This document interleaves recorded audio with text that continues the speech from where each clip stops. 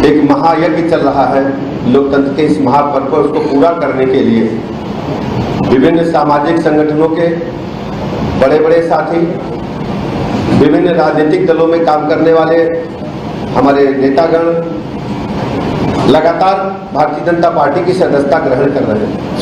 आज उसी अनुक्रम में बहुत ही सीनियर आईपीएस अफसर रहे, बहुजन समाज के सशक्तिकरण के लिए लगातार काम करने वाले आदरणीय प्रेम प्रकाश जी ने भारतीय जनता पार्टी परिवार को ज्वाइन किया है। उत्तर प्रदेश भारतीय जनता पार्टी की तरफ से मैं हृदय से स्वागत करता हूं, अभिनंदन करता हूं, बहुत बहुत बधाइयां देता हूं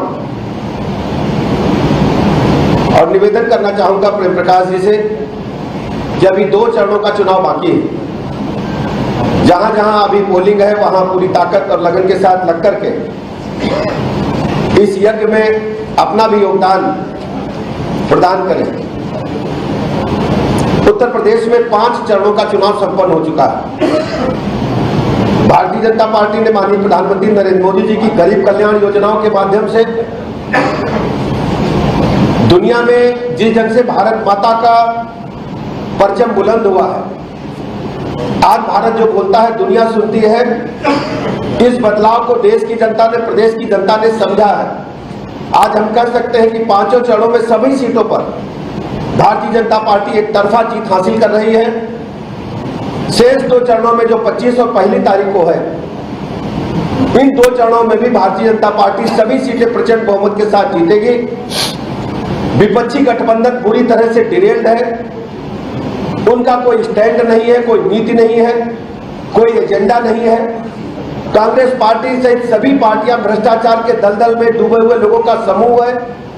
समाजवादी पार्टी के प्रदेश के लोग आज भी इनकी गुंडई, अराजकता, माफियागिरी को लोग भूले नहीं है।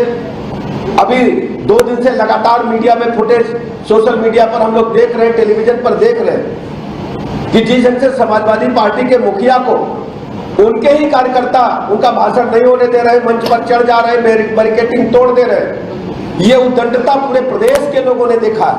और आप सोचिए, जब ये लोग पावर में आते हैं तो प्रदेश की कानून व्यवस्था को छिन्न भिन्न करने का काम करते हैं।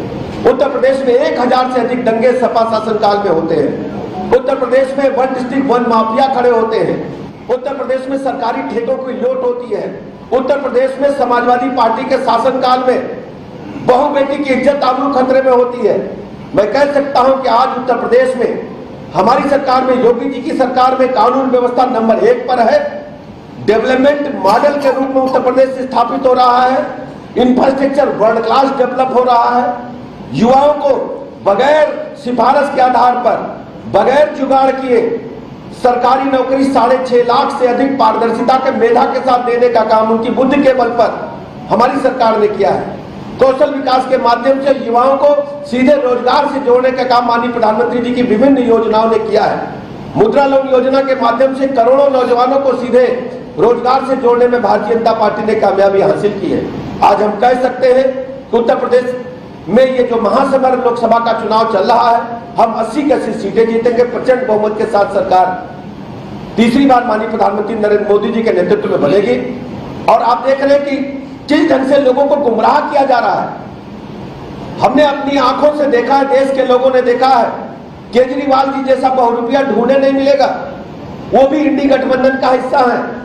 केजरीवाल कहते थे कि हम सरकार नहीं बनाएंगे, हम लोकपाल के लिए आमरण अनशन कर रहे थे। सरकार बनाई तो करोड़ों का घोटाला, शराब घोटाला कर दिया। देश के लोगों ने देखा, दिल्ली के लोगों ने देखा। और हद तो हो गई महिला अधिकारों के लिए लड़ने वाली बहन स्वाति मालीवाल जी के साथ, जिस ढंग से दिल्ली के मुख्यमंत्री आवास में मारपीट हुई है, अभद्रता हुई है, उनके शरीर पर जिस ढंग से लात घूंसे बरसाए गए हैं। देश की महिलाओं से केजरीवाल को माफी मांगनी चाहिए और इंडी गठबंधन के लोगों को बताना चाहिए कि केजरीवाल किस ढंग से बेशर्मी के साथ इंडी गठबंधन के डैश को शेयर कर रहे हैं, उनको बताना चाहिए। महिला अपमान पर इंडी गठबंधन पूरी तरह से चुप्पी साधे है। दूसरी तरफ माननीय प्रधानमंत्री नरेंद्र मोदी जी ने महिलाओं को आरक्षण देकर के उनके सम्मान से जीने का हक उन्हें प्रदान करने का काम किया है। मैं बहुत अधिक न बोलते हुए आप सबका पुनः आभार प्रकट करता हूं, अभिनंदन करता हूं, धन्यवाद देता हूं। सवाल है। अब मैं आग्रह करूंगा माननीय प्रेम प्रकाश जी से हम सबको संबोधित करने का कष्ट करें। आदरणीय प्रेम आदरणीय अध्यक्ष जी, उत्तर प्रदेश के यशस्वी उप मुख्यमंत्री जी, माननीय विधायक जी, प्रेम प्रकाश जी, सम्मानित मंच और हमारे सम्मानित मीडिया, आज मुझे अत्यंत हर्ष की अनुभूति हो रही है और एक बहुत बड़ा जो देश का कर्ज अपने ऊपर है उसे उतारने का अवसर मिल रहा है कि एक ऐसी पार्टी जो पूरी तरह से समर्पित है 2047 तक विकसित राष्ट्र के रूप में भारत को स्थापित करने के लिए, कि मैं भी उसका हिस्सा बनूं, इस यज्ञ में अपनी आहुति दूं। बहुजन सशक्तिकरण संघ के रूप में हमने बहुजनों की लड़ाई लड़ी है, नौकरी में रहकर भी और नौकरी के बाद भी काफी चिंतन किया। रिटायरमेंट के बाद लोगों को लगता है कि शायद सत्ता की भूख है, MP MLA बनना चाहते हैं इसलिए जाना चाहते हैं। मैंने पहले ही ये शर्त रख दी थी कि मैं अभी मेरा कोई विचार नहीं है इलेक्शन का, और पूरे समाज के लोगों ने मेरा उत्साहवर्धन किया। आज ही मैंने अपने चैनल लॉ प्रेम प्रकाश के जरिए जब लाइव सेशन किया तो उसमें लोगों ने, हर वर्ग के लोगों ने जो हमसे जुड़े हुए थे या विभिन्न पार्टियों से जुड़े हुए थे, उन्होंने अपनी शुभकामनाएं प्रेषित की और कहा कि ये बहुत अच्छा कदम है। तो मैं आदरणीय प्रधानमंत्री जी नरेंद्र मोदी जी का जो विकसित राष्ट्र का सपना है उसमें अपनी आहुति दूंगा। उत्तर प्रदेश के मुख्यमंत्री योगी आदित्यनाथ जी ने जो उत्तर प्रदेश का कायाकल्प किया है उसमें हम अपनी आंखों से देख रहे हैं कि किस प्रकार का एक बड़ा परिवर्तन लॉ एंड ऑर्डर के क्षेत्र में हुआ है, जिसके हम साक्षी रहे हैं, उसके भागीदार रहे हैं। आज हमारे यशस्वी उप मुख्यमंत्री जी जिस तरीके से संगठन और प्रदेश की सरकार को चला रहे हैं, गुंडा माफिया राज ये बिल्कुल दूर जहाँ से भगाया गया, इसके लिए बड़ा अथक प्रयास किया है सभी लोगों ने। तो मैं पार्टी की नीतियों से प्रभावित होकर आज भारतीय जनता पार्टी की सदस्यता ग्रहण कर रहा हूँ और मेरा जो जीवन है वो समर्पित रहेगा अपने बहुजनों के लिए, अपने गरीब कल्याण के लिए। आज एक बात उठाई जा रही है, मुझे सबसे ज्यादा वेदना होती है जब आरक्षण के समाप्त करने की बात करते हैं। संविधान बदलने के लिए लोग आह्वान कर रहे हैं कि पार्टी ने इसलिए एक नारा दिया है कि अब की बार 400 बार केवल इसलिए दिया है कि संविधान बदलेंगे। संविधान बदलना इतना आसान नहीं है। केशवानंद भारती जजमेंट के बाद ये निश्चित हो गया था कि जो बेसिक स्ट्रक्चर है उसको चेंज नहीं किया जा सकता। बाबा साहब डॉक्टर भीमराव अम्बेडकर जी की इस बार जयंती पर 14 अप्रैल को जब मैं पार्लियामेंट हाउस गया, वहाँ सबको ये कयास लगाए जा रहे थे कि शायद इस बार प्रधानमंत्री जी नहीं आएंगे, लेकिन जब वहाँ सबसे पहले आदरणीय प्रधानमंत्री जी पहुंचे तो वहाँ जनता में एक हर्ष की छा गई और लोगों को लगा कि हाँ ये केवल एक ऐसा जुमला छोड़ा जा रहा है, केवल पार्टी बाजी से प्रभावित होकर लोग ये कोशिश कर रहे हैं कि किसी भी तरह से रूलिंग पार्टी को बदनाम किया जाए। तो मेरा ये दृढ़ विश्वास है कि अपने जो साथी हैं उन सबको मैंने आश्वस्त किया कि यदि बाबा साहब के सपनों को साकार करने के लिए जो कदम उठाए हैं, चाहे वो स्मारक के रूप में हो, चाहे योजनाएं हो, गरीब कल्याण के लिए, बहुजन समाज के एक जितने भी युवा हैं उनको स्वरोजगार देने की दिशा में जो कदम उठाए गए हैं, ये भारतीय जनता पार्टी ही कर सकती है। और इस बार यदि हम सब पार्टी को पुनः इस सत्ता में लाएंगे, आदरणीय प्रधानमंत्री जी अगर इसी प्रकार अपना नेतृत्व प्रदान करेंगे तो वह दूर नहीं कि हम पूरे विश्व में नंबर 1 पर होंगे। मेरी सभी को शुभकामनाएं। धन्यवाद। जय हिंद।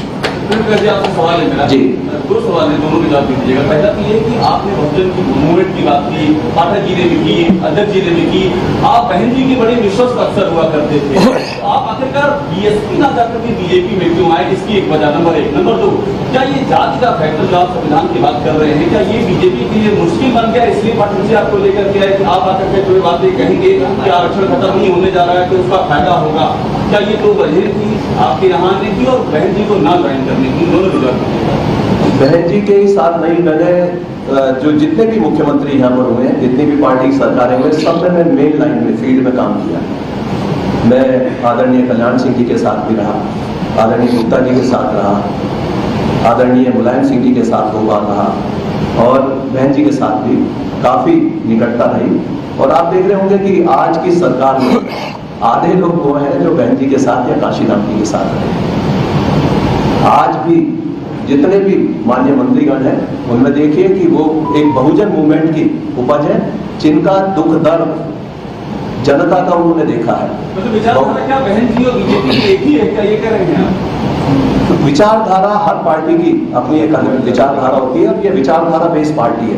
बीएसपी भी एक विचारधारा बेस्ड पार्टी है, उसकी अपनी अलग विचारधारा है। बीजेपी की जो विचारधारा है, जो आपने देखा होगा कि इसमें एक आम व्यक्ति का, चाहे वो पंडित श्यामा प्रसाद मुखर्जी रहे हों या उसके बाद भी जितने मूवमेंट चले हैं, उन्होंने बात की है एक गरीब कल्याण की, जो अब एक आपने देखा सबका साथ सबका विकास, उसमें परिणित हो चुकी है ये धारणा। बहुत बहुत धन्यवाद।